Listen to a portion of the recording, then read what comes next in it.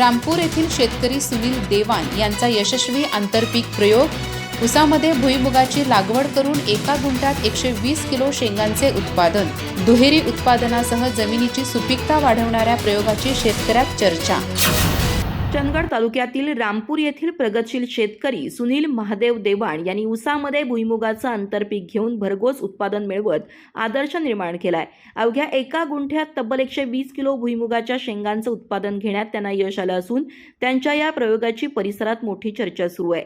ऊस हे दीर्घकालीन पीक असल्यानं सुरुवातीच्या काळात शेतात मोठ्या प्रमाणात मोकळी जागा उपलब्ध असते। या जागेचा आणि उपलब्ध ओलाव्याचा योग्य वापर करण्यासाठी सुनील देवाण यांनी ऊसामध्ये भुईमुगाचं आंतरपीक घेण्याचा निर्णय घेतला।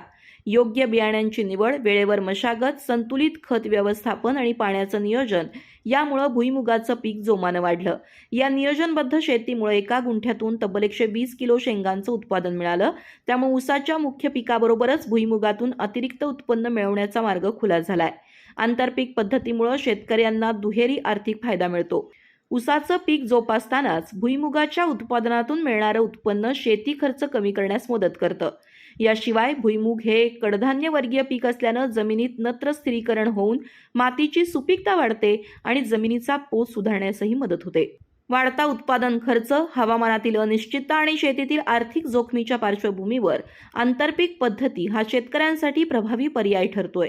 सुनील देवाण यांच्या प्रयोगामुळे कमी क्षेत्रात अधिक उत्पादन आणि अधिक उत्पन्न मिळवण्याचा मार्ग स्पष्ट झालाय। योग्य नियोजन, आधुनिक तंत्रज्ञानाचा वापर आणि पीक विविधीकरण स्वीकारल्यास शेती अधिक फायदेशीर ठरू शकते असा संदेश या प्रयोगातून मिळतोय। त्यामुळे रामपूरसह चंदगड परिसरातील अनेक शेतकरी आता ऊसामध्ये भुईमुगाचं आंतरपीक घेण्यास उत्सुक असल्याचं दिसून येतंय।